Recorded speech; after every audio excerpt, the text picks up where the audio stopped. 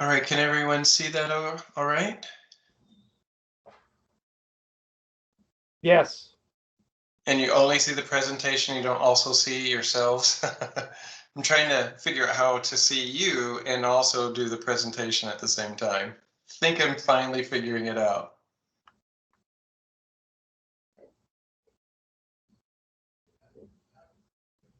That is correct.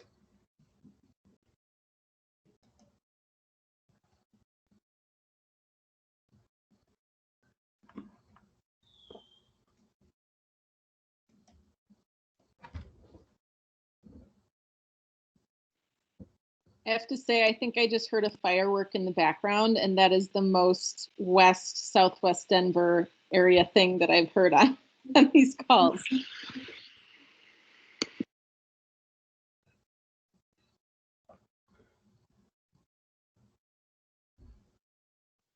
All right, so for those of you who are just getting logged in, we're going to get started in about 1 more minute. So thank you all for being with us this evening.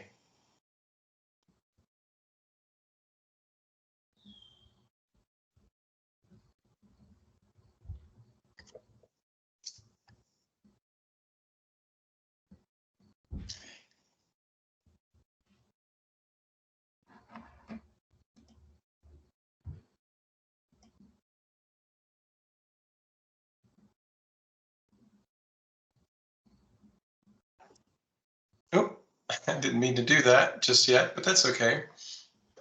Why don't we go ahead and get started? I know that my face is showing up somewhere, which I don't always like. I wish I could figure out how to have this thing present without doing that. Can you guys all hear me? I think I'm still audible. Yes, we can hear you, Eugene. Great, Yeah. thank you. All right, well, I can't see you all because I don't know why Teams won't make that easier, but I'm going to go ahead and get started. And so, again, thank you all for joining us today.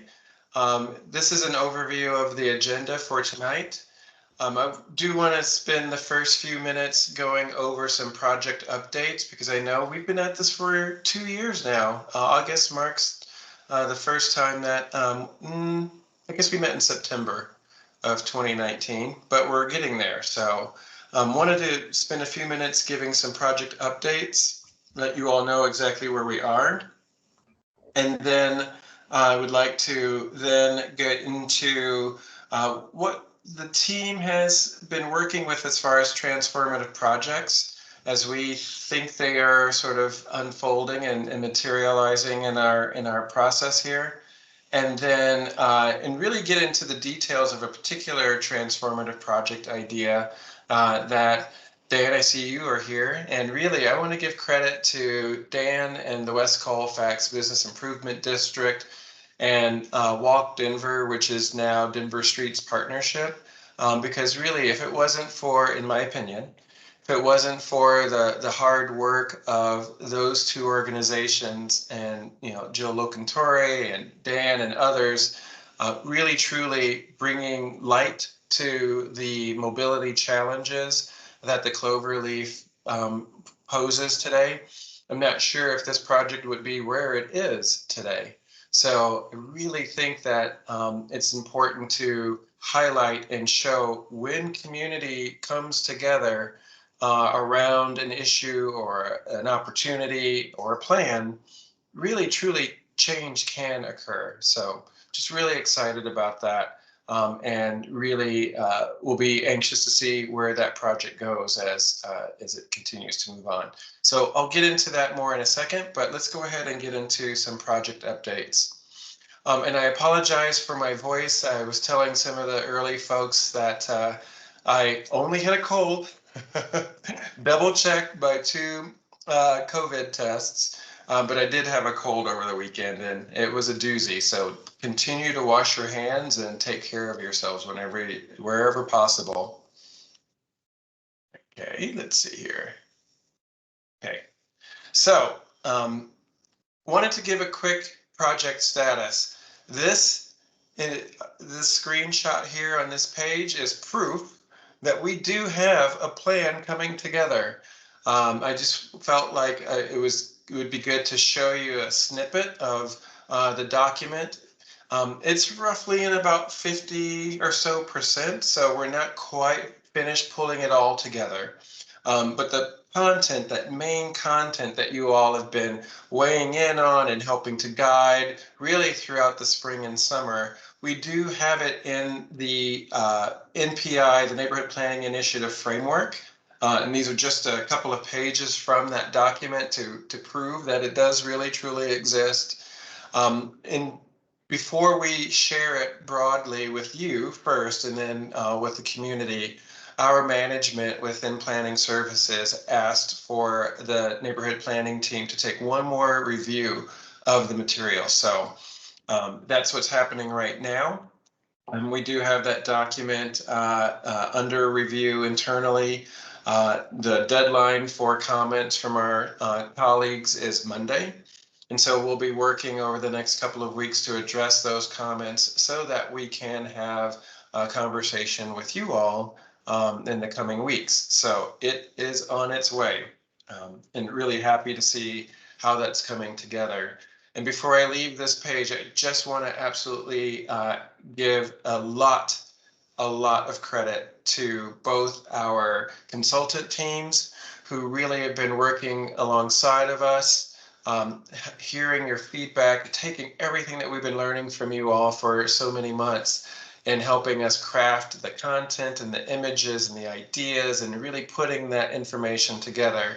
And I would not be standing here in front of you if it wasn't for my West area internal teammates, Valerie Herrera, Becca Deershow, and Sungwon Han.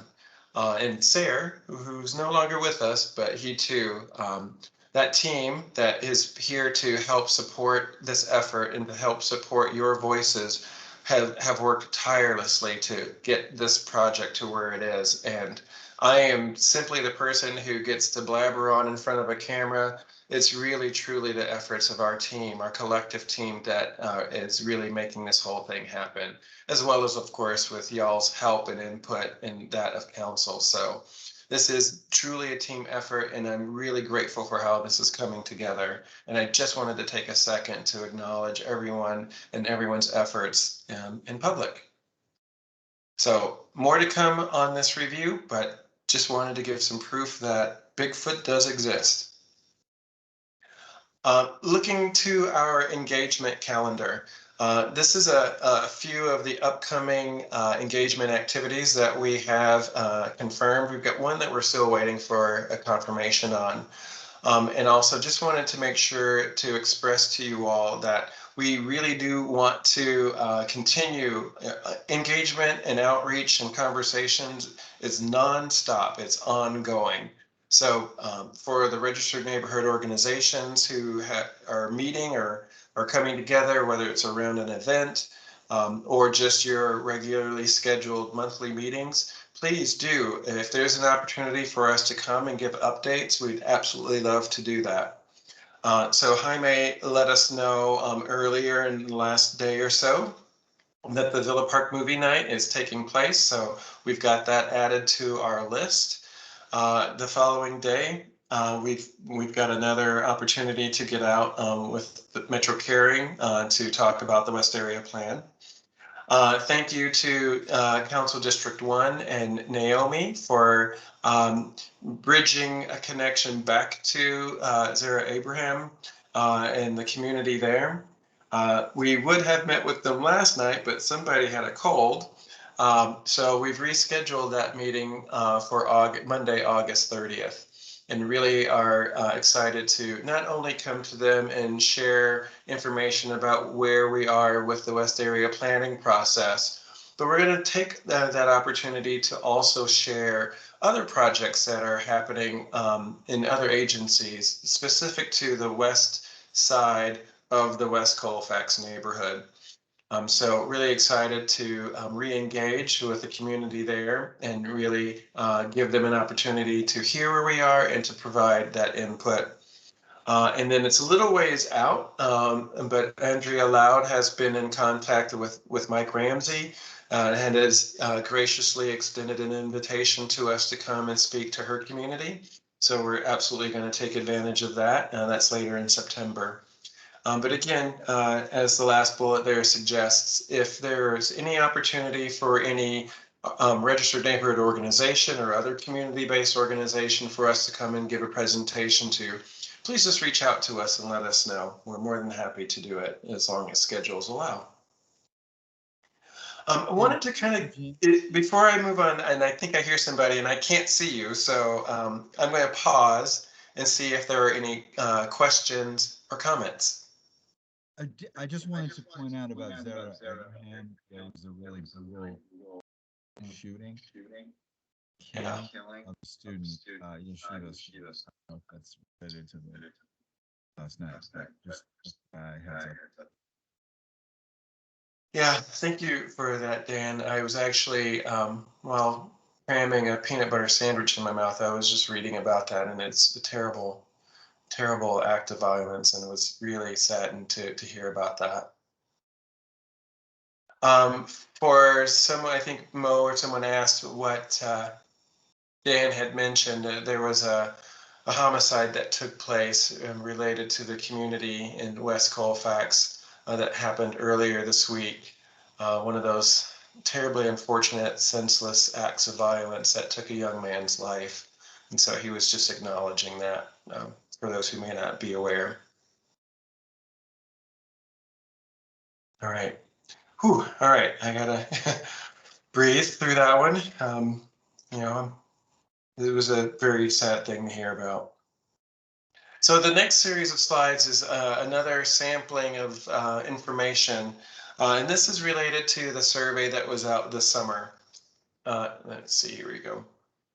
And so I'm also really happy to say that community planning and development, we had a position that was formerly occupied by a colleague named Lizzie Friend. She I think still is a data analyst, but she's now a part of the Sheriff's Department. And this happened really about a year and a half or almost 2 years ago. And because of everything that's been going on, that position sat vacant and then frozen for a period of time. But here in the last month, we were able to find someone to take that position on. His name is Wenzing Wang, and one of his very first tasks, I think this is week number 2, possibly week number 3 for him, and his very first task was helping to analyze some of the survey results from the survey that you've all been hearing about this summer. I'm giving you just a quick snapshot of the results because we're still processing that information. We really want to get into some more of the details and the comments that were provided. So I will be offering a more detailed feedback to you all on the survey, but I did grab a handful of quick slides just to show you really what we've been hearing from those who were able to participate in that manner. And this is not an exhaustive list, but just to kind of give you a sense of, from those that we've heard from, how they are feeling about those high-level policies. So this one is really related to the first question related to building form and compatibility, and the recommendations that you all helped guide us in creating is really getting a great deal of support. Strongly approve is to the farthest left. The second left is approve. Middle is neither approve or disapprove. Then you've got disapprove and strongly disapprove. And so you can see 84% of those that responded to this question are in favor of the policy language as presented. Another quick snapshot related to community benefits, which we talked about last month. So again, really strong support for the idea and the concept of including community benefits in the work that we are doing as it relates to development. This is around preservation and adaptive reuse. So shout out to Becca and the preservation team. You've got some support for the work that you do, and from what you all have helped us highlight that we will continue to highlight through the plan. Housing affordability, no surprise that people see that as a really important value in West, and are in support of our efforts and the policy language that will help continue to support the existing affordability, as well as looking for opportunities and ways to continue to increase the supply of affordable housing in our West neighborhoods. Economic vitality. This is one of the few that has still strong support, as you can obviously see here, but more just in that approve category. So maybe there's not a lot of folks who have felt strongly about that language, but they still felt positively about that language. This is another question around supporting people as it relates to economic vitality. Again, strong support for. Another snapshot on health equity and our environmental resiliency. This is one of those higher measures where that's of extreme importance to those who responded to the survey. Parks and open space, again, another really strong strongly supported area within the plan and the policy language that's being developed for that. And no surprise, because you guys have really strong roots to work with, foundation to work with around parks and open space and recreational facilities. And this preliminary analysis, while very positive in all of the direction that you've guided us in with the policy language itself, we do still have some opportunities and some areas where we need to continue doing our work. And that is with our racial and ethnic respondents. It is in keeping with what we see generally across the city with any kind of electronic survey. Our numbers aren't always representative of the communities that we are working in. And this is still the case here in West. So we would like to continue our efforts to improve and increase the voices, the racial and ethnic diversity that is present in the West. And we want to see more of that in our engagement activities. The good news is that we are doing a lot intentionally around reaching out to people and collecting information directly one-on-one. So we are definitely responding to that. And then also, I think there's an opportunity for us to continue working with our neighborhoods with smaller populations. We really want to continue working hard to hear from residents in Sun Valley, Barnum West, and also the Val Verde neighborhood. So for those of you who live or work or are active in those communities, we'd love to have conversations with you, or we can do an email exchange. Please, of course, I always want to make sure to say, put information in the chat so that we can make sure that we are capturing those opportunities to get into your community to talk or to make sure that folks and residents are aware of this process and where we are and how they can continue to provide input so that we make sure that we're raising up the voices from those neighborhoods in particular. And I've already kind of touched on this, but our intentional engagement activities is one way that we are trying to address that. Partnerships with community-based organizations. I want to give a quick shout out to Council District 3, Council Member Torres for connecting us with the Colorado Jobs for Justice. I liken it to an organization of organizations for residents. They have a large membership that live in or work in West. And so we will be working with them in partnership over the next few weeks to make sure that the voices of their membership are aware of this process and can help provide that additional input.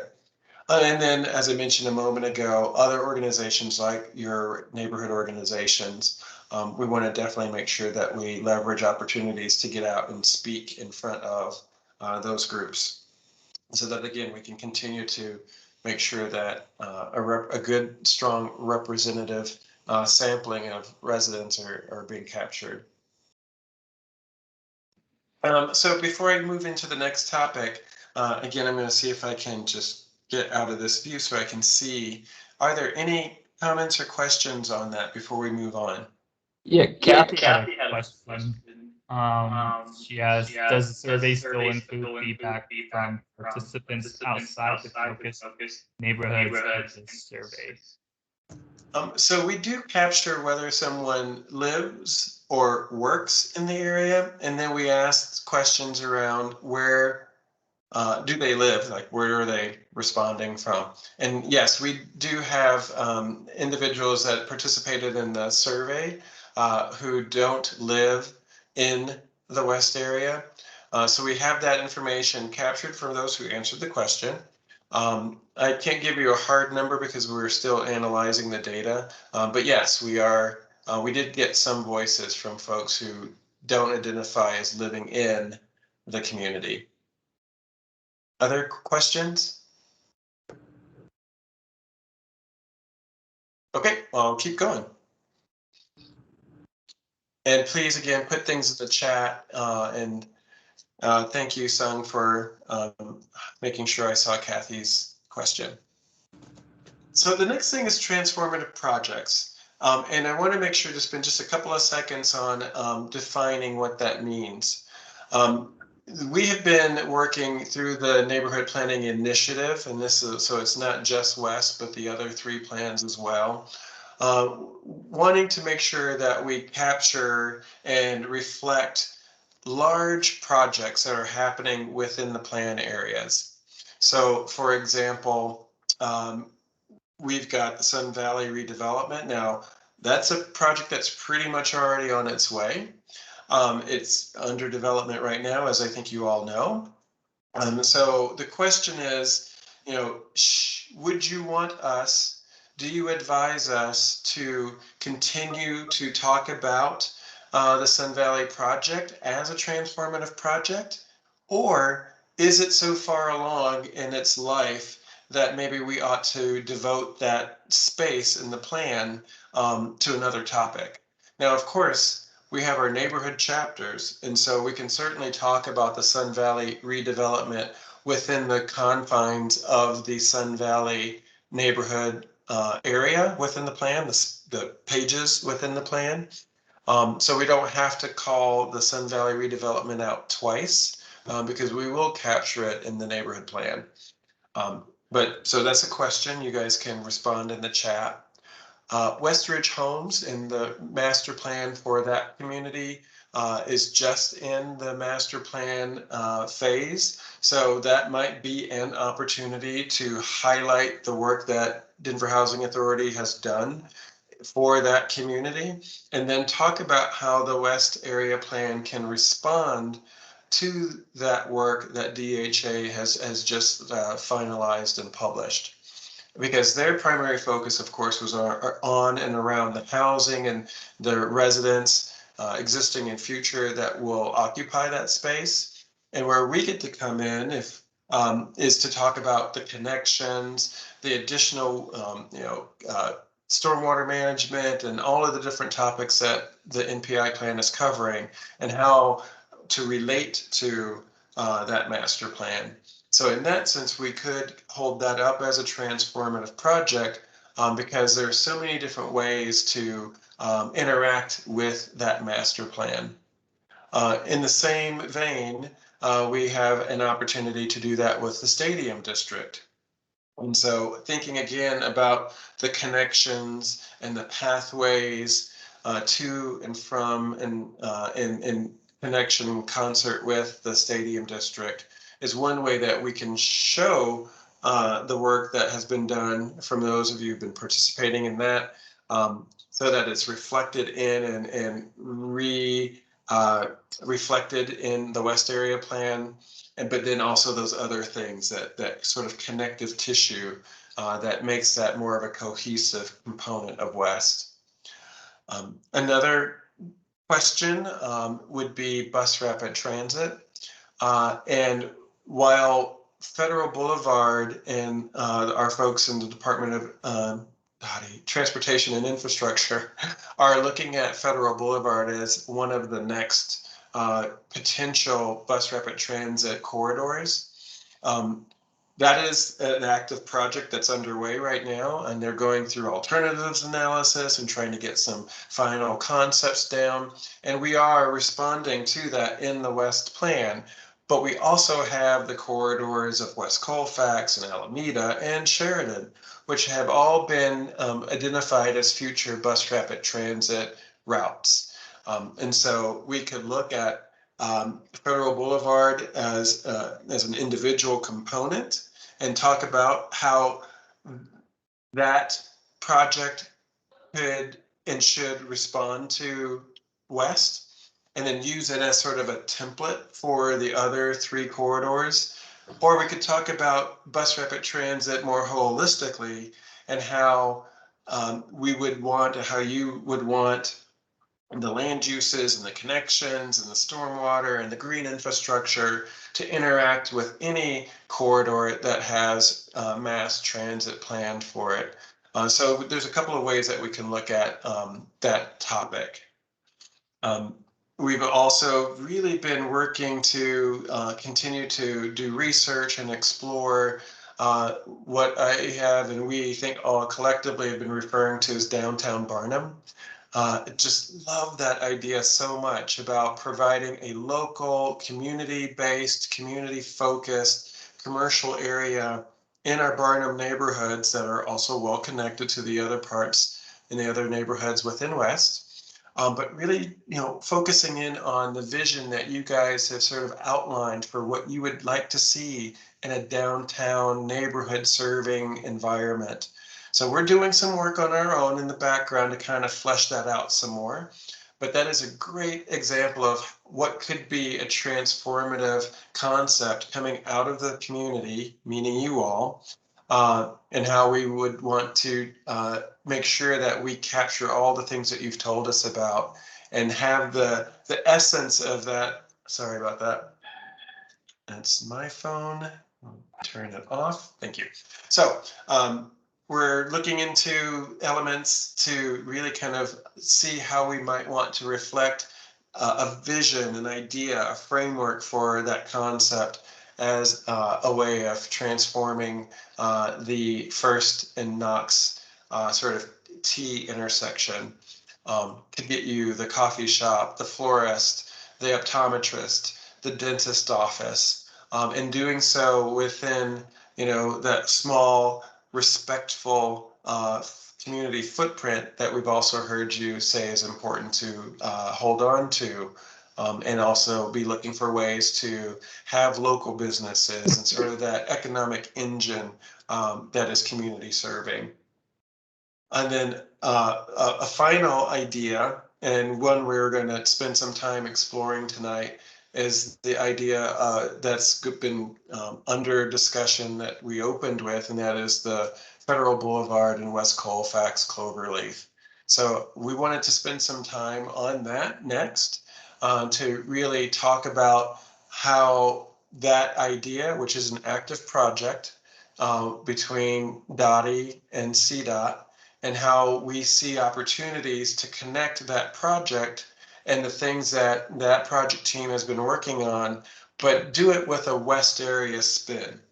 And what I mean by that is we really want to make sure that you all are speaking the West values, the West goals and priorities that you've all been telling us about.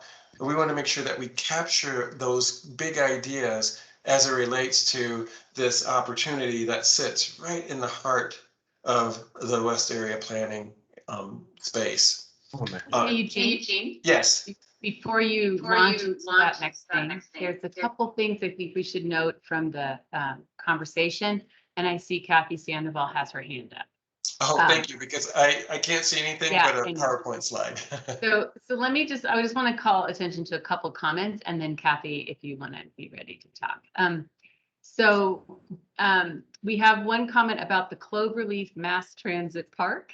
So I'm not familiar with that idea, but Jaime, if you want to expand on that for a second, or tell us what that was to you.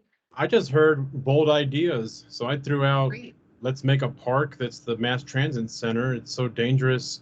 We pushed the way they pushed it into the Rudy Rec Center, and Like even the pavement melts down the road because then they put those 16s and other buses there. It's just destroyed Holden Place by the Human Services Center. So, if that's, you're talking about all these, the Sun Valley redevelopment, the stadium master plan, and then you throw in this Cloverleaf, which you want to discuss today. Well, I think it's part of a continuum that can repurpose that land, and also keep it green. You just said a bunch of things that just was totally like with water retention, keeping vegetation around. It's kind of hit on things like bigger ideas that we have. But I'm gonna let Kathy talk, her hands up. Yeah, that's great. Okay, Kathy, go ahead. Yeah, I'm looking at ththese projects, that's one of my questions was, are these already launched projects? And I kind of get the impression that they're sort of already sort of standing projects, whether it be with DHA or with the Stadium District or with CDOT and Dottie and RTD.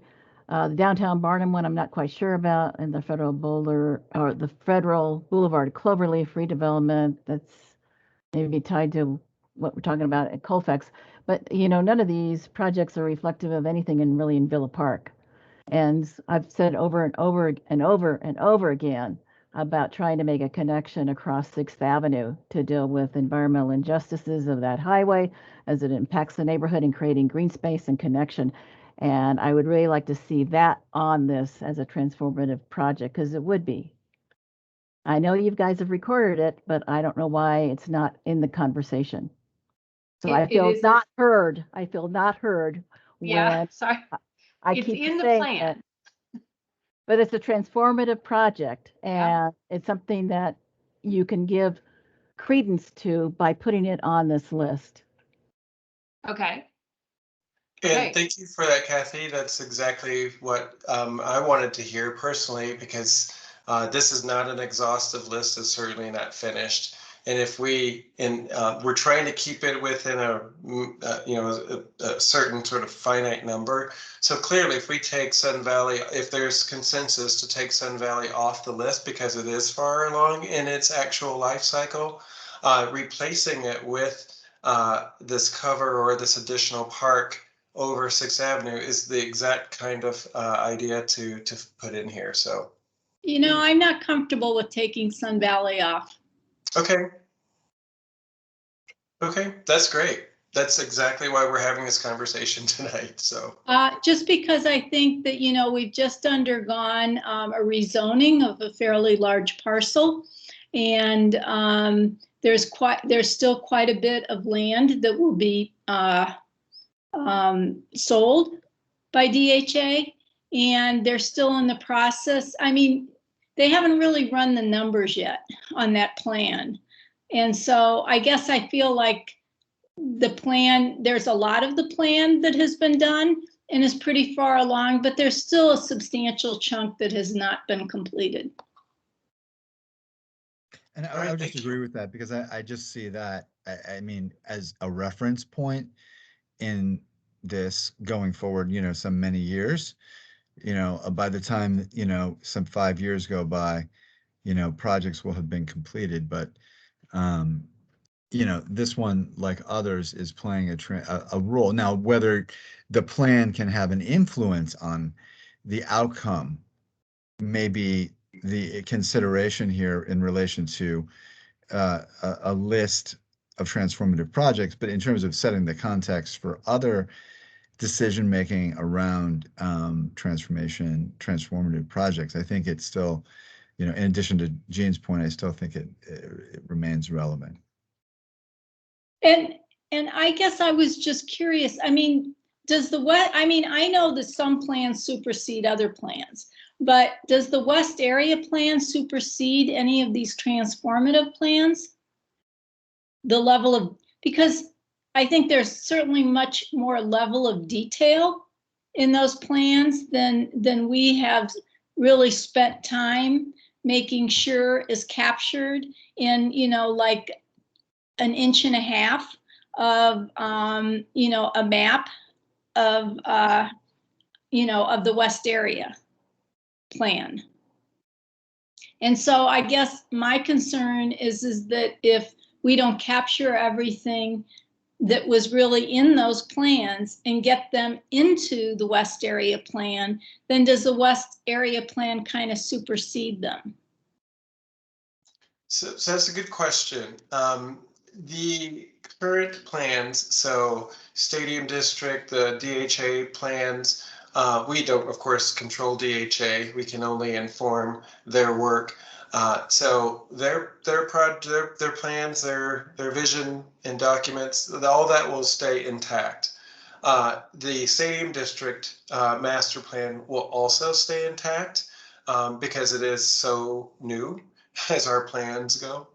But for example, Barnum and Barnum West, as you may know, have one of the oldest neighborhood plans dating back from the 80s. And so in that instance, the West Area Plan will supersede those two existing neighborhood plans, and those will basically be retired. And this plan will take their place. And likewise, with other older plans, Villa Park, I believe, has a plan from early 90s. Valverde has a plan also from the early 90s. And so we would be looking to replace that old plan guidance with this new plan once it becomes adopted. Right, but anything that's listed under transformative is really considered to be new enough based, from the older ones that they need to be incorporated and factored into this new vision, right? Yeah, yes, with an asterisk. If it's a community planning and development plan, we will be looking for opportunities to retire any plan that's 20 years old or older. If it's a Dottie plan or Parks and Recreation plan, we don't replace their work. So their plans will still be active and viable, and the contents within those still relevant for any project that gets proposed. So I wanted to make sure I clarified that. And Kathy, to your point, I see, and I saw, because I'm not doing the share thing, I also saw someone make a comment about just connections over 6th Avenue. That idea could be transformative to the mobility system and connections. And what I can imagine right now is we talk about bridging these major barriers and then feature this idea of the park spanning 6th Avenue as one of the projects that comes out of this transformative idea of better, stronger, strengthened connections and weaving communities back together to address these human-made barriers that we've created, or natural barriers in the case of the river. So I think that there's a way for us to really talk about not just one solution, but the idea of many solutions, and then have sort of a crown jewel example that really helps to exemplify what we mean by bridging that kind of barrier. And so I think that the park idea is a great way to highlight the type of project that would satisfy that community-driven desire for better connectedness. Yeah, and along those lines, Anita had mentioned from Councilman Clark's office about the Youth Empowerment Center in Valverde. And certainly that's been some of our discussion as a stakeholder group about those barriers that are created, as you said, man-made barriers of industrial areas that disconnect the neighborhood. In some ways, when I look at Valverde, I see two different pockets of neighborhoods and a big industrial space in between the two. And that might be a way to, again, sort of do that bridging. Yeah.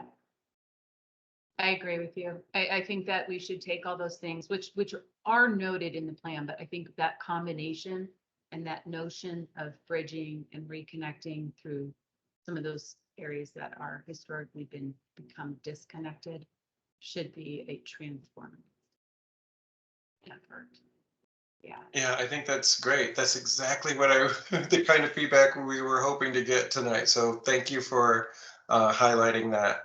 And yeah, we'll work with that and bring that into this whole section, which is meant to show these big ideas and how they could be achieved. So thank you for that. I would like to, unless there are other questions out there that haven't been addressed, I'll go ahead and move on, and we'll get into some of the details around the cloverleaf and how that idea could be highlighted as an example project that could be replicated or you know, pointed to for other transformative projects in the area. All right, so you all know the cloverleaf, you know it better than most people. But this is going to be a quick background on the Dottie project that they have with CDOT that, again, Dan, you know, really helped to bring to the attention of the city with the help of Walk Denver. So we're going to just give a very quick high-level overview. But as we do this, and I say we because Beth is going to help me out here, I really do ask that you guys keep thinking about West area values. What's important to your residents, the goals and objectives that you all have been identifying over and over, and how those ideas might play out in this opportunity site. So what we're not doing tonight, just to be real clear, is there are some examples in this presentation. We are not picking one, and we're not actually even necessarily commenting on those conceptual ideas. What I really would ask that you focus on are those ideas that were created under that separate project. You know, what of those ideas are good ideas that would respond to West and West values, priorities, goals, and objectives. Because anything that you see tonight most likely won't necessarily end up in a final design. To give another little snippet of background, my understanding of this project, the city is 2 phases.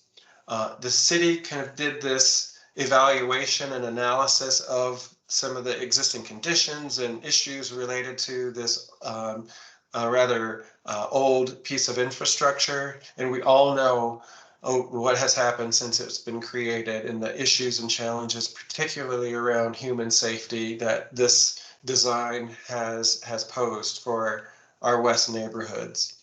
And so this first phase was really led by the city, led by Dottie, and the project team involved in that, to kind of look at and analyze and create a framework of values that project team created.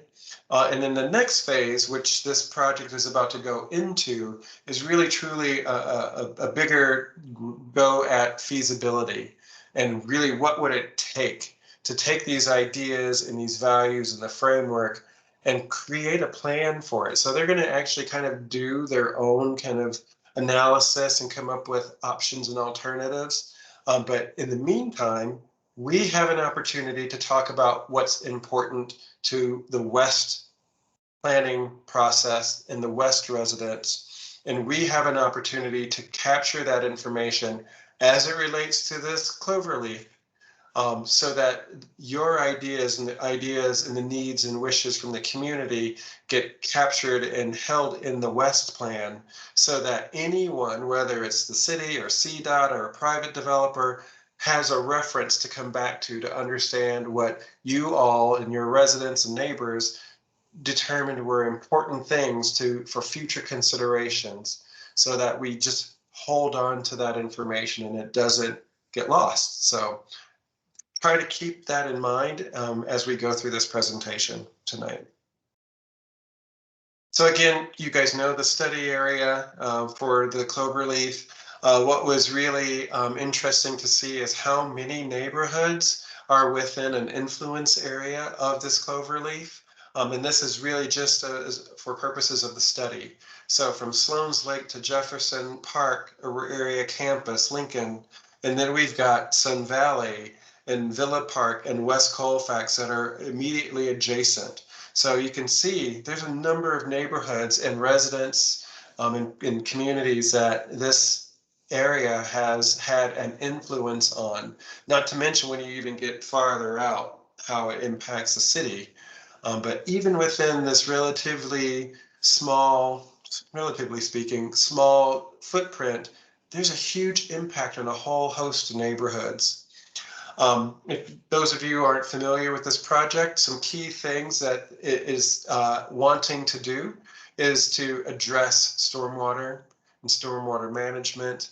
We have an opportunity to take all of this space in the orange diamond that you see there, which is roughly 29 acres, that's really only being used and occupied to move vehicles. People can't move through there. We all know the sort of downside of this 1950s thinking and what it's done to these communities. So some of the ideas would all of the ideas would redo this thing. But we could reclaim as much as 20 acres and return that land, 20 of the 29 acres, back to the community. So if that were to happen, what are those big goals and objectives and the big vision ideas that you all want to make sure never get lost as this project goes through its future iterations? Hey, Eugene, Dan Yeah. has his hand up. Oh, thank you. Dan.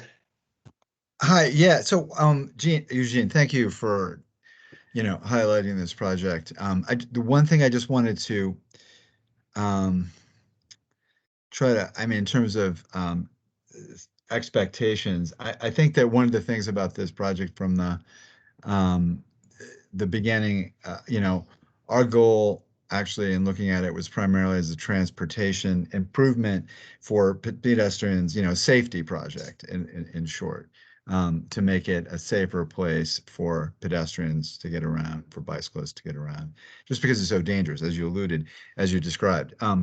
But in terms of just giving it back to the community, I guess what I would say here is that the how hard this project will be to do, and how it's not sort of a given that it'll happen, and how many dollars would be required to undertake some kind of transformation of this project to make it transformative. And so because of that, I think it's a little unrealistic. It's not.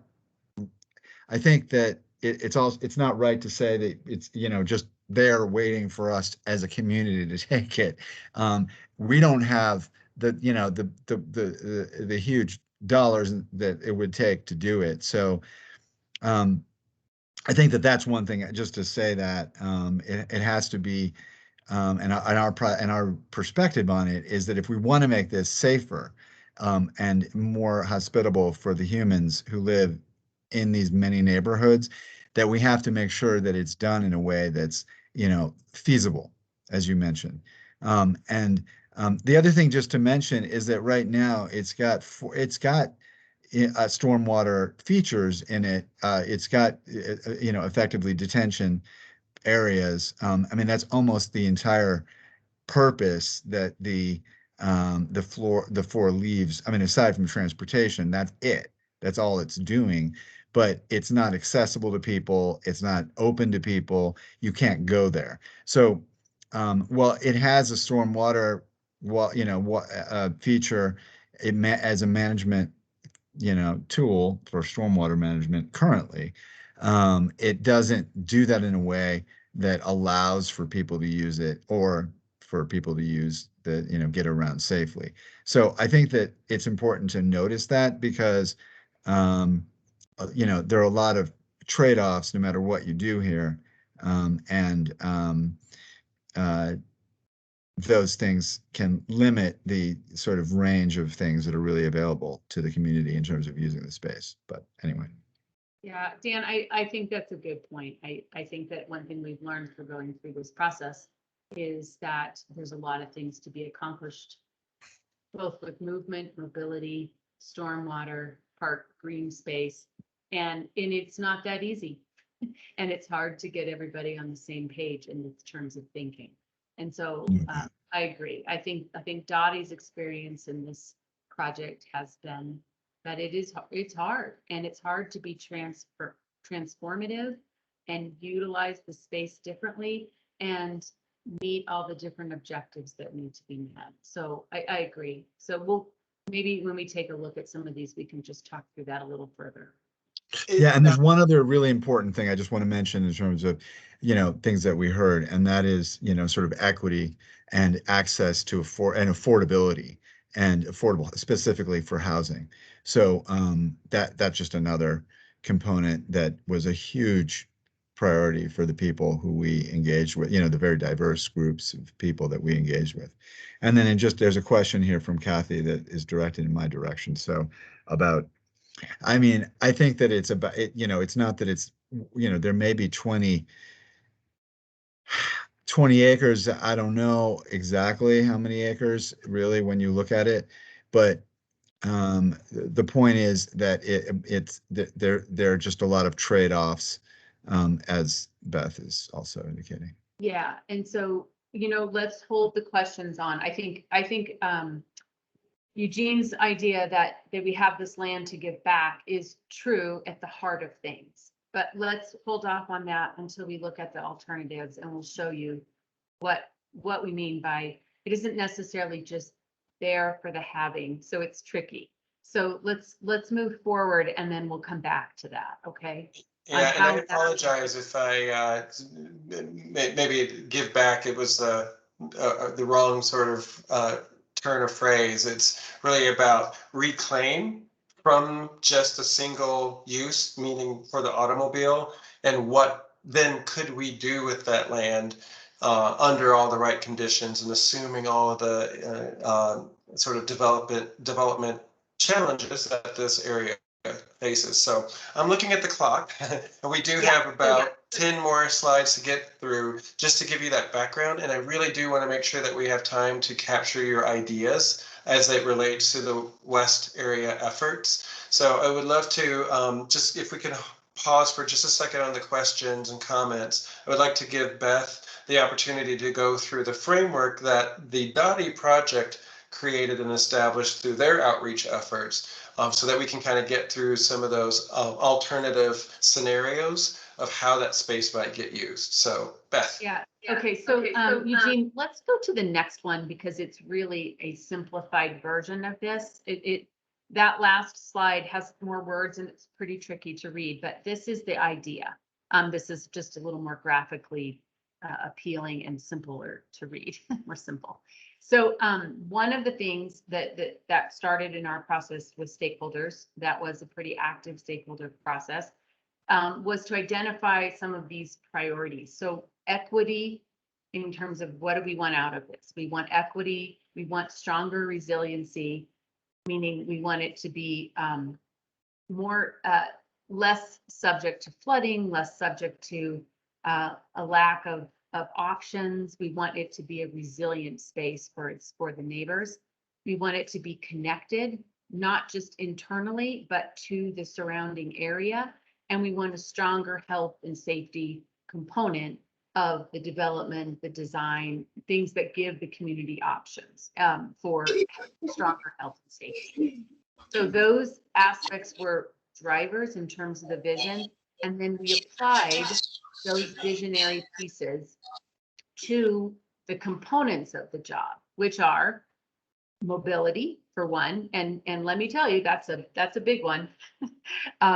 Environmental and stormwater, so the environmental components of things, the land use and the economics. So what kind of development do we see coming into this location? And also open space, public realm, placemaking kinds of things that we could add to the picture that make it a place, not an interchange. So that was the exercise we went through, and we developed this vision framework that said, okay, so in order to create equity in terms of mobility, we want mutually beneficial access to all, meaning everyone has access through this area and to it and through it. And we want it to be multimodal in nature. So that's the idea, okay? I don't think, maybe we don't need to go through all of these, but you can kind of see this is the theme of what we were trying to look at when we started to develop alternatives. So is there any that anybody wants to talk about in particular, or we can just kind of move on and I'll illustrate this for you? Okay.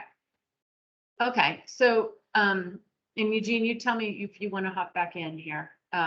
These are just some of the existing conditions. And I think, as Eugene was saying, you guys are well aware of this area and the challenges. But there's a couple interesting ones that are part of how we think about the area, the 29 acres. And we all know that it has a lack of connectivity, that you can't walk there, that it's not safe. But there's also a drastic slope across the site, okay? And there's a pretty large drop from the west side toward the east. And that's something that we have to deal with in rethinking the site, or we won't really be able to change the way it functions. And in the middle of that site, there's a giant bridge on Federal Boulevard. And so the conversations revolved around, do we want to keep that bridge and repurpose it for something else? Or would we be better off removing that bridge and paying the fines that are associated with removing it, and being able to take that slope that's there from Howard over toward the east side and fill it and even it out better?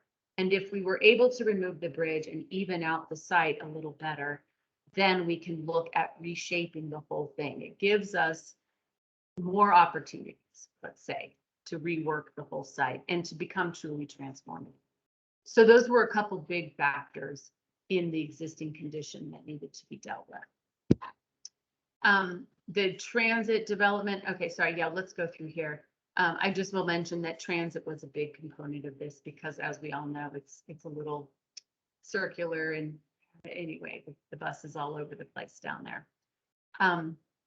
And then these are the building blocks that were used to think through these things. So the idea around traffic is, do we take traffic through the center of the site? You know, Colfax doesn't go away and Federal doesn't go away. And so we can't just say, oh, we want to take back our acreage and make it a beautiful place and have no cars, because that's not very realistic. So those two roads are still there, and we have options to either bring them through the center of the site, or to carry them around the edges, or to move them one direction or another. But we have to deal with that vehicular movement still. And then on top of that, we need some internal roadway connections to bridge those gaps that are currently off ramps and on ramps. The topography we talked about, the slope of the site. Stormwater follows that current topography, and it rolls from that northwestern corner across the site and toward the gulch and the river. So that's the water pattern that we talk about when we have to address stormwater. And then possibilities for open space, which would be fabulous, which is our parks, our maybe open space associated with stormwater. A lot of opportunities there to discuss that. Stronger pedestrian connections, development within those parcels, and thinking of those development opportunities as they relate to the edges with the community. So, you know, now we have these roadway infrastructure in place that is the edge to the rest of the West Side community. And so can we rethink that edge? Can we blend that, and can we have it not be a major roadway? And then this is a slide just to show some of the key stakeholders involved in the Dottie process, and some of the things that are sort of I'll call them conditions, if you will. I mean that lightly, that each of these stakeholders felt were important as the ideas and the alternatives and the concepts and different scenarios were being played out, given the existing conditions that you just saw on the previous slide. So I'm not going to go through each of these. You guys have this. I emailed it out, I think, earlier this afternoon. But it suffices to say that Dottie has some things that this area would have to accommodate and accomplish. Same with CDOT and, of course, RTD. Parks and Recreation sees this as an opportunity to rethink and modernize those open spaces, because right now those 4 quadrants of the cloverleaf really aren't doing anything for much of anything. For us in community planning and development, we want to make sure that we don't lose sight of the affordable housing and some of the other things that fall within our purview that we would want to make sure are considered with any scenario, no matter what happens moving forward. We can't, the public sector, the city and CDOT, we can't do this on our own. We don't have the resources on our own. So partnerships and looking for ways to leverage the private development community to help any vision come to life is going to be, it's a must. So consider these some of the must categories. And again, how do we take these musts and come up with different ideas that also speak to that vision framework that the Dottie process came up with, and the vision and the goals and objectives that we've been developing as a part of West, which is what we're going to get to here in just a second. I'm not going to go through these in any great detail. Beth, I don't know if you would like to just kind of cover some of the key takeaways, but there were many, many options kind of at the beginning of this process that were sort of, thought about, sketched out, and that work sort of came down to sort of 4 different scenarios. The 4 scenarios, which that I'll just show you on the screen, they accomplish parts of that laundry list. There's no one scenario that accomplishes everything. So these were just ideas of directions that phase 2 might go in. And there are pros and cons to each one. Maybe I'll just tell you what you're seeing, and Yeah. that's good enough. And then you guys can always look at these in more detail. But this is a version where there was strong consideration for how do we continue to move traffic through this area. And so in this case, called the Wide Diamond, Federal splits and part travels north and part travels south around either side of the space in between. So that's one idea, and Colfax goes consistently through. It does create an opportunity to add some internal network streets and to move green water, stormwater, and green connections through the middle of the site and down toward the transit center. So that is one concept. The next concept is called Northbound over the bridge. This keeps the operation of Federal again on 2 different lanes, separate, but this one retains the bridge. So you don't have the opportunity to flatten out the site, but northbound travel goes over Federal Bridge and heads north. Southbound travel is pulled westerly and comes around to the south. And Colfax goes straight under the Federal Bridge. This one, sorry, Eugene, one sec. That last one creates some pockets for green space and some ways to manage water, but with the bridge in the middle and the roadway going through, you don't have as many options for the green space. Okay, this one is called Parkway over the bridge. This is essentially the idea that Federal is pulled to the west and the whole road moves to the west. And so the intersection of Federal and Colfax is an at-grade intersection. So it's a big one, but we've lost the Federal Bridge. Well, actually in this image, I think they're still showing it, but we have options to either have the bridge or not have the bridge. But the idea is that the 2 roads intersect on the western side, and a secondary road, a local road, makes its way through the site along with some stormwater or green management, green space management. And then the last option is designed to, it's another way to go. And that is you have your at-grade intersection of Colfax and Federal, but rather than swinging it westerly toward the west side neighborhoods, we head toward the east. And it aligns a little bit more closely to the stadium district. And it opens up the west side for more local connections or green space and stormwater management. So being able to connect that northwest corner across the site and down to the RTD station. All of these options also provide a direct link, if you look at this one, off of Colfax, north into the Stadium District or south toward the RTD station on the eastern side. So those are just some of the key components, and these have been discussed in great detail, in ongoing detail, and RTD has definitely been involved in all these conversations, and what RTD is looking for out of this process is that more direct connection to their station, both north and south, but eliminating some of that circular transition that they have to do right now to get through the Colfax interchange and to the site and around. And so all of these contain a much more direct access for RTD to make that station there at Federal work better. And so, again, as we started this section of the presentation, really wanted to try to spend a few minutes here capturing all of those are just sort of conceptual ideas, different scenarios, taking in as many of the requirements from the different key stakeholders as we could handle, that project could handle. But now, and I'm going to get out of presentation view so that I can actually write on the slide here.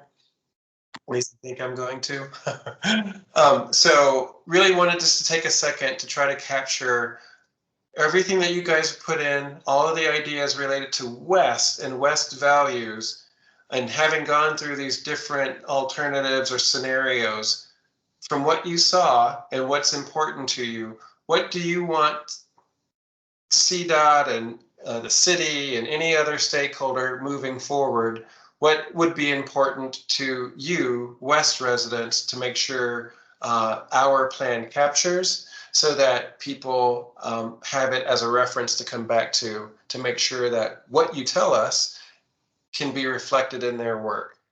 And Eugene, I know we've got hands up and I know everybody wants to talk and I want you to. I just want to say one last thing.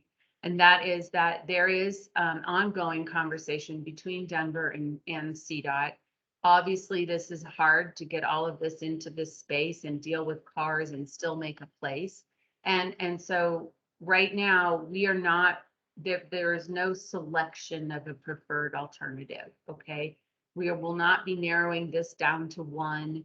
This will be a series of options that go forward that illustrate different ways you could deal with it and the pros and cons that they each create, okay? So with that, go ahead. I guess Dan maybe might have had his up first and maybe then Jaime. So while we field questions, I would love for you all to, in the chat, tell us what West area NPI values would you like to see carried forward as that transformative project continues to be evolved. So we can do two things at once. You guys give us those values while we also address questions. So I want to see if I can pick on someone that hasn't spoken. Heidi.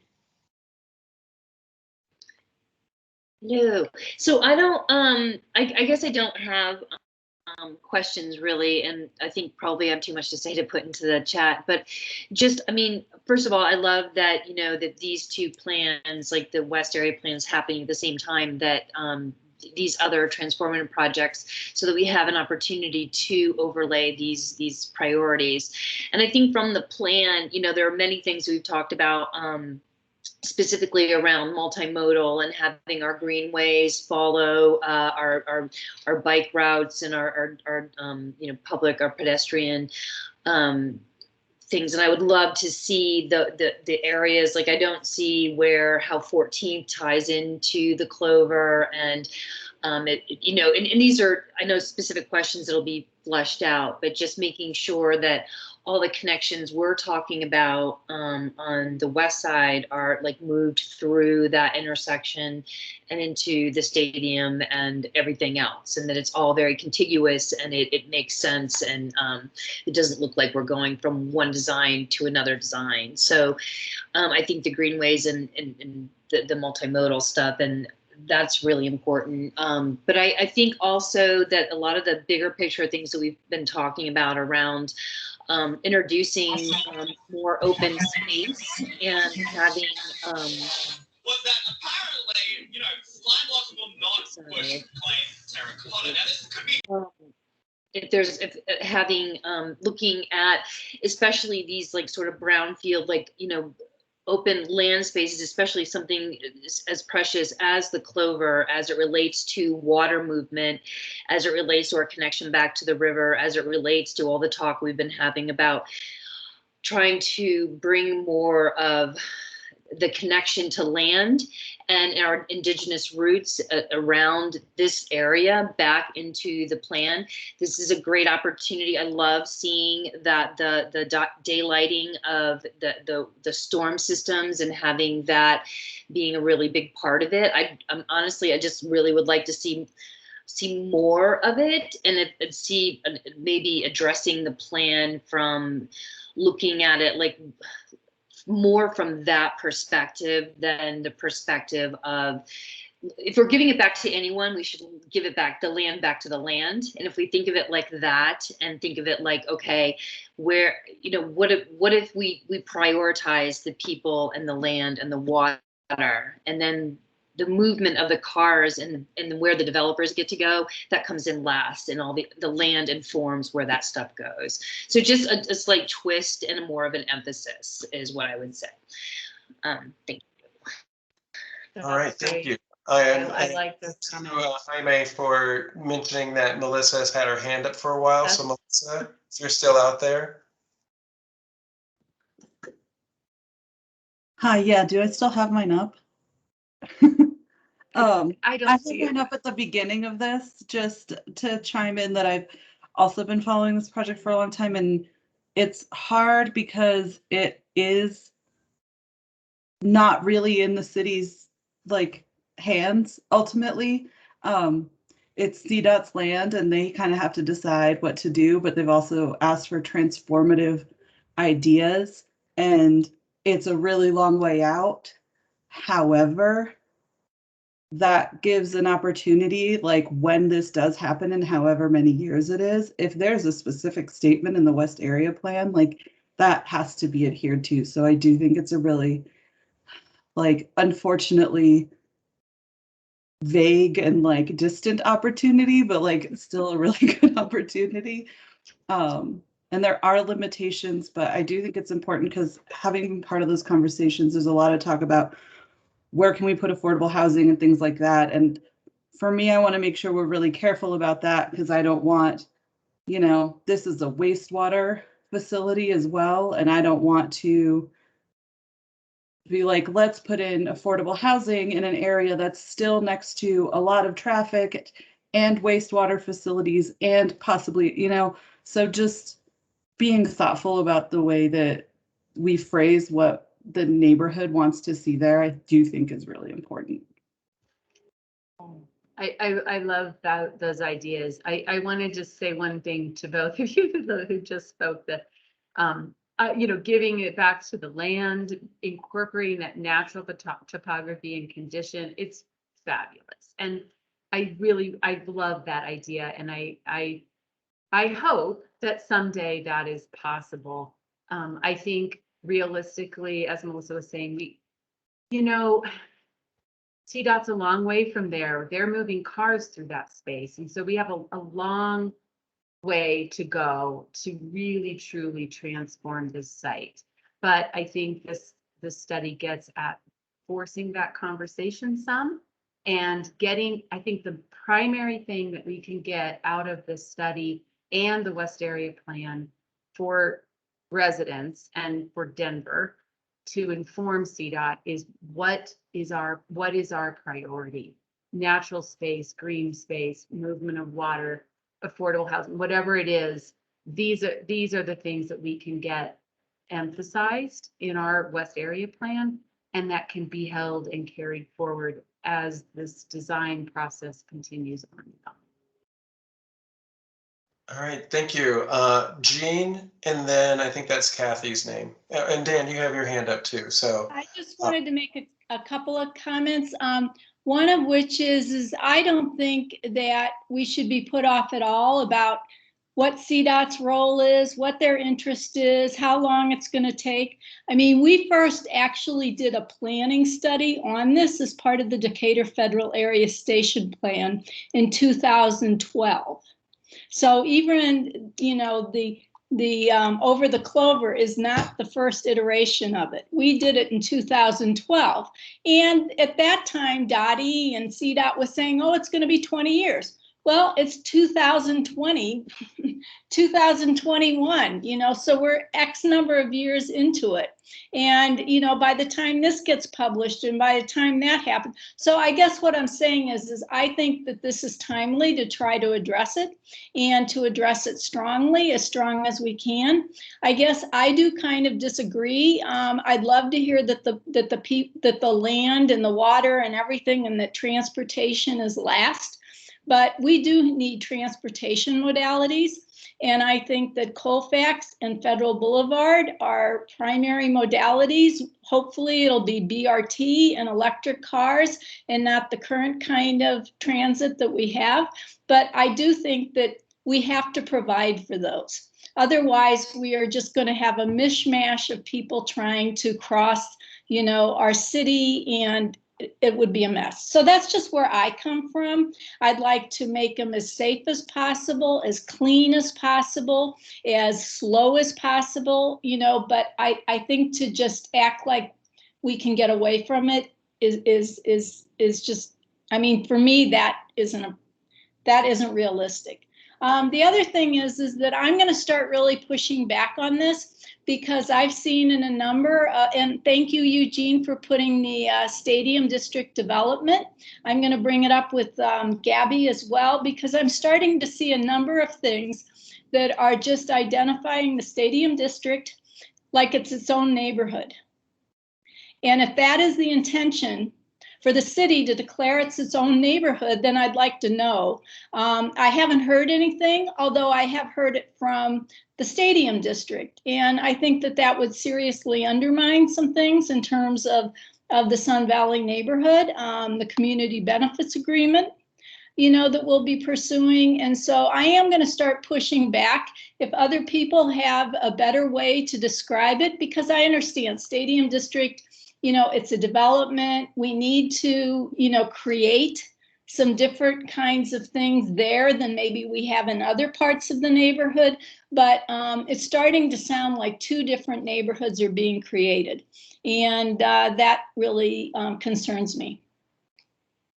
All right, thank you. I do want to note, you know, I agree with, I agree. I understand where you're coming from when you say that.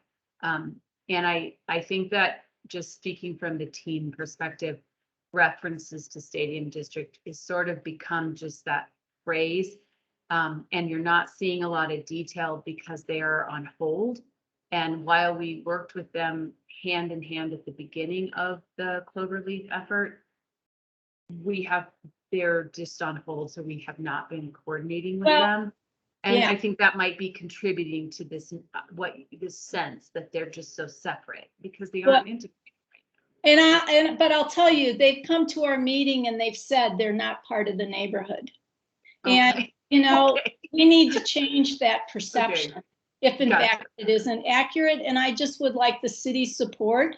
I understand that we need to use shorter terms, and you know it gets really hard, you know, with these long kinds of descriptors. But and I use the stadium district myself, but I've just realized it's almost kind of you know, by way of it's like an adverse possession or something in reverse. That you know, if we do it long enough, then the precedent gets set.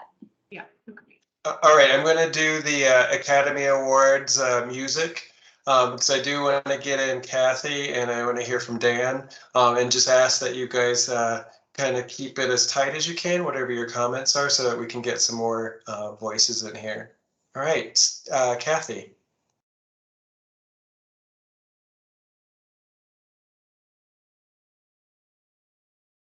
Uh-oh, did we lose Kathy? You're on mute. Sorry, once again, the mute button didn't come off.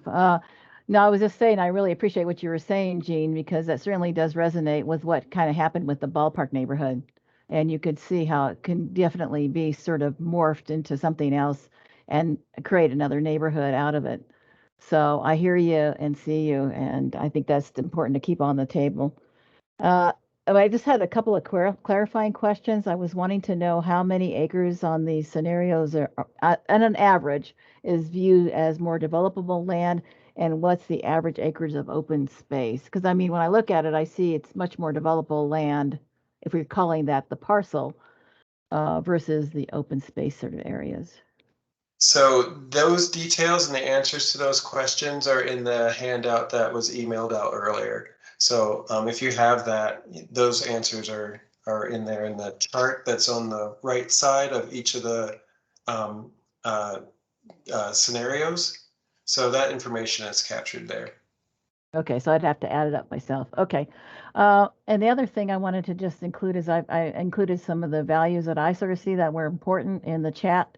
So again, I think it's recognizing that these neighborhoods have been disinvested, have environmental injustice history, and we really need to recognize that within this plan, and that each of these transformational projects or ambitions or aspirations need to be reflecting on those components of the belief that this plan is on, to make that a mitigating factor is in doing business differently and to really walk the talk of equity.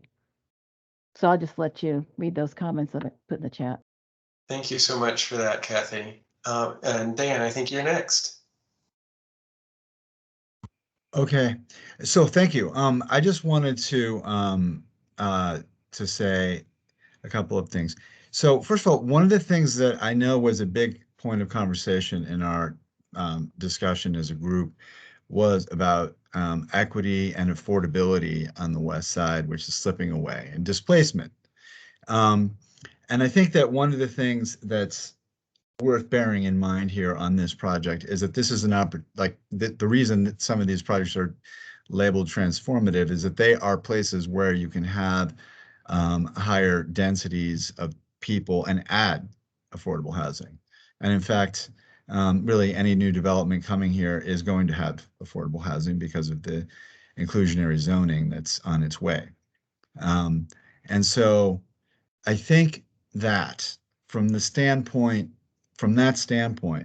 that I think that it's very important to consider both that, that you have trade-offs. So, opening, sort of giving back the land to the earth, to Mother Nature, I'm outdoorsy. I get that. I like the out of doors, but I also know that we have a crisis of affordable housing in Denver, and we have far from solved it. And so the rare opportunity on the west side to add substantial amounts of affordable housing that this presents should really, I think, be one of the top line considerations. And it's sort of coupled with that, a consideration is sort of like where that affordable housing might go. And so I know that one of the plans, the one that had, actually the community supported after really a 3-year planning process, which is, the one that moves Federal and Colfax as an at-grade intersection to the west. About that, as an equity consideration for affordable housing, because Melissa mentioned you don't want to put big intersections next to affordable housing. Affordable housing shouldn't get the junk land.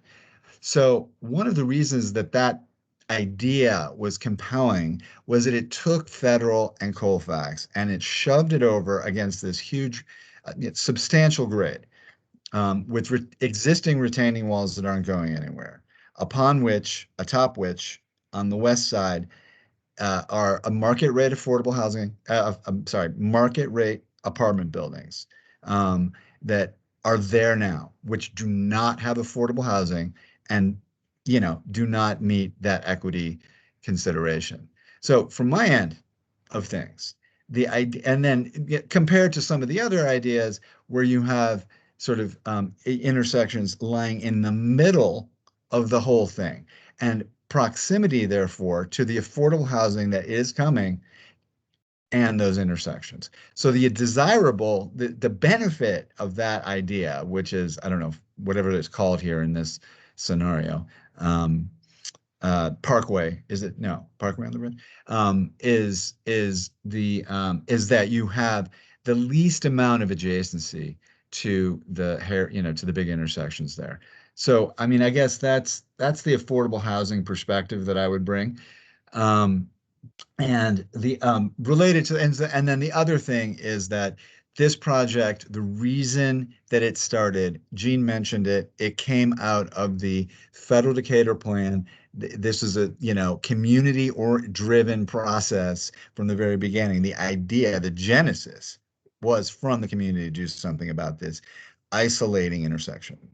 And the genesis was the disproportionate isolation that it imposes on the Sun Valley neighborhood. And so, that connectivity, mobility piece, for humans, not for cars or vehicles, but for human beings, is that's what drove this from the community to the attention of the West Colfax, my organization, and our partners at the Denver Streets Partnership, Jill Locantore. And that's the reason that we started at it, was really that sort of multimodal mobility. So, I mean, the other things that are being discussed about land and water and detention and stuff like that, I mean, open space and inclusivity are also an important value for the community. So not to dismiss those, but those were really the motivating factors and the things that rose to the top through our extensive community process, through the origins of this thing. And so I think it's very important to consider all of that, the inclusivity, the equity of the affordability, the potential for what exists there, and not lose those things out to other things that are noble and desirable, but those things should take precedence. So that's it. All right, we're at time, but this is an important conversation. So for those who can stick around for 5 more minutes, Heidi, I think that's a new hand for you. And I don't know, that's the previous one. Oh, okay. Anyone who hasn't spoken that would like to add either to the comments, the questions, or this list of priorities that I hope you guys can see. I see. I'd like to say something. Yeah, I may. So I remember from our breakout groups that we had, and it was like, if you're north of 6th Avenue, you were put into this. Well, I don't remember how we got into our breakout group, but we had a breakout group at one of these MPI workshops, and we talked about this area. I think during those discussions, it was talking about the transit system, the transit hub, and affordable housing. But I don't think that we have been looking at this plan, like in a way that's going to influence a law that's going to be, something that's going to mandate affordable housing. I think I don't see that anywhere that's even like in a previous plan. I think it's not realistic. I don't see it. It's not tangible for me to grip into these plans. And so to take public land, in this instance right here, and to give it back to people and back to the earth, I think that's one of the most equitable things we can look at. And that does connect the development that should be included with affordable housing into the development agreements that either the Broncos parking lots or the state or whoever owns that land. And I just wanted to bring that back, because we're looking at neighborhoods that have essentially also been abandoned. You know, we're talking about First Avenue, we're talking about Knox, we're talking about Federal. You know, for a long time, those were buildings, those were businesses, those were striving roadways, right? And those are to be reactivated. I'm sure when they found this low spot that's kind of, you know, was kind of a collection area, it was a good spot to build a cloverleaf, according to, you know, Billy's 1949, you know, out of the box plans. It was like, do you have this spot, right? And so I just feel like that, you know, we talk about affordable housing and it's important, and we want to strive to give that space, but I just think that at the same time we have an opportunity to make the opposite difference of not putting down concrete and reclaiming, you know, some of these health benefits and these connectivities that are natural, like just like the rivers that flow through there whenever that was. That's all I wanted to say. I just wanted to make sure that we were just kind of grounded. I mean, I just remembered that conversation we had as a small group during one of these workshops. Okay, I just have to say one thing. So you guys, this is exactly the problem. There is thinking about the opportunity that comes with 29 acres inspires this exact conversation, even among the people who are trying to work on the job, which is, well, affordable housing, of course. Well, yeah, but it's an opportunity to put back some of our natural space, to not have concrete, to address the heat island and the environmental issues, make room for the river. There's all kinds of, that goes on, right? And affordable and economic opportunities and reintegrating with the neighborhood. And there are so many aspects to this job that I think that is one of the challenges that Dottie has faced in this first phase of work, is how do we incorporate this and address all those needs? And Eugene, if you go back to that vision framework for 1 second, I think it goes to show you that we are actually all in agreement. All of those things that everybody has been talking about tonight are represented in this framework, and everyone agrees, staff and city and everyone included, that these are all of value. And the real trick on the table is, how do we actually design and change for all of these values? So this has been a really great conversation. I really appreciate it. So we're 5 minutes over. You're on personal time. All of us are. Anyone who hasn't spoken that maybe would like to close us out in 30 seconds or less. And if not, if you put comments in the chat, we've got those. But I want to echo, really, this is not an easy thing, or else we wouldn't be here talking about it. But that all the comments, from make it the whole thing a park to let's have it all affordable housing, all of these conversations are so important, because ultimately we will make some sausage out of all of this grinding. So I know, and I hear all of the comments going back to, don't forget about my park over 6th Avenue, as just constructive information. I personally don't take anything that anyone says personally. And I hope that you all walk away tonight feeling like you expressed and you voiced and you're standing for an idea, a concept, something that's important to you. But none of this, of course, is meant to hurt or harm or make light of anyone's position. So I take that whenever I'm talking with anyone on something that's really challenging to wrestle with, because we all are trying to do what we believe in and what we think is the right way forward. So I just want to thank you all for such a lively and really fruitful conversation. I feel like this is one of our really good conversations, because you've given us so much to work with. And this is how we make change, is by getting as many voices on the table as we possibly can, and making sure that ideas don't get lost or pushed away or pushed to the side. So I appreciate everyone, all of you, giving us this feedback tonight. I've been talking for about 12 hours and I'm about to lose my voice.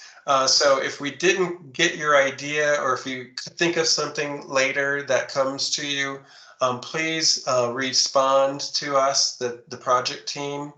You can email me directly. And I just really thank you all for your continued input and guidance on this. One thing I didn't get to in an earlier slide, and I meant to, so I'm going to just say it now. Given the outreach and engagement that we really want to continue doing, that intentional outreach and engagement, and because we've got variants out there that are kind of slowing down our progress, I'm having some internal conversations around what we should do in response to that. I'm not here to make any announcements other than we are looking at the overall timeline of this process, and we really want to make sure that we are putting all these ideas forward, that we're advancing some of this material.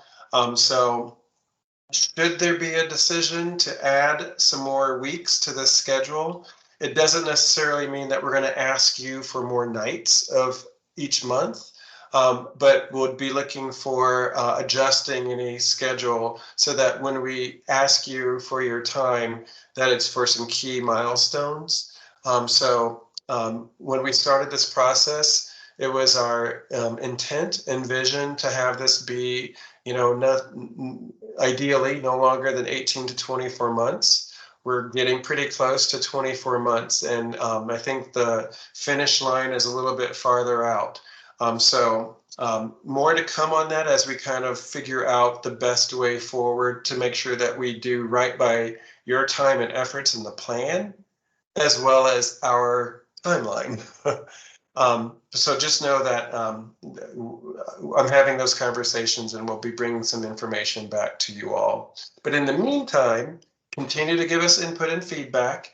Please invite us to meetings or let us know where they're happening so that we can find a way to get there. R&O meetings, please invite us. I don't want to just show up without being asked to come, so because I would just show up. But make sure that we continue to work with you to make sure that we're getting voices represented in this conversation. So that was really long, and I'm going to stop and just thank you all for your time. Thank you all. Thank you, guys. Thank you. Thanks all. Have a good night.